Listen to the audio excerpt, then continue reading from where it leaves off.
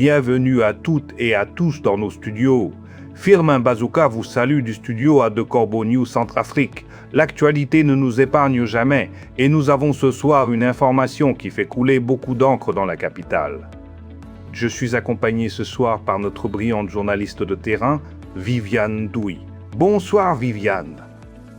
Bonsoir Firmin et bonsoir à nos auditeurs. Oui, l'ambiance est plutôt morose à Bangui avec l'annonce d'une disparition qui marque le 3e arrondissement. Dis-nous tout Viviane, de qui s'agit-il exactement? Il s'agit de l'ancien maire du 3e arrondissement de Bangui, El Hadj Abakar Pico. Il est décédé ce dimanche aux alentours de 16 h. Selon les informations que nous avons pu confirmer auprès de ses proches, il avait été hospitalisé pendant près d'1 mois avant de nous quitter. 1 mois d'hospitalisation et puis ce décès, c'est une bien triste nouvelle, Viviane. Et ce n'est pas n'importe qui, c'est un ancien maire qui vient de nous quitter. C'est exact, Firmin. El Hadj Abakar Pico avait précédemment dirigé la mairie du 3e arrondissement. Son départ de la municipalité était assez récent. Il avait été remplacé à l'issue des dernières élections municipales que nos sources ont qualifiées de particulièrement chaotiques. Son décès est survenu quelques semaines seulement après qu'il a quitté ses fonctions. Élection chaotique, départ de la mairie et quelques semaines plus tard, le décès. C'est troublant, non Viviane? On peut se poser des questions sur le contexte de cette disparition. En effet, Firmin, le timing interpelle.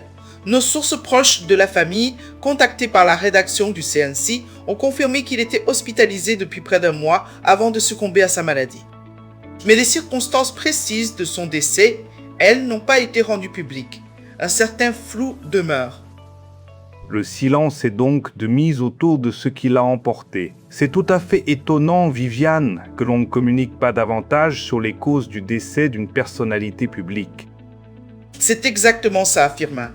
Et son inhumation, elle, est intervenue ce lundi matin.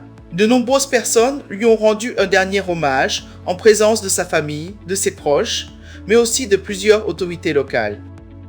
Merci beaucoup Viviane pour ces informations. Nous suivrons de près l'évolution de ce dossier et nous tenterons d'obtenir plus de détails sur les circonstances de cette disparition. C'était donc la rédaction de Corbeau News Centrafrique qui nous rapportait ces faits sous la plume de Brahim Saleh. Merci Firmin. Pour toutes vos réactions et vos informations, n'hésitez pas à nous contacter via WhatsApp au +1 36 75 62 18 28. C'était Viviane Douy pour Corbeau News Centrafrique. À très bientôt.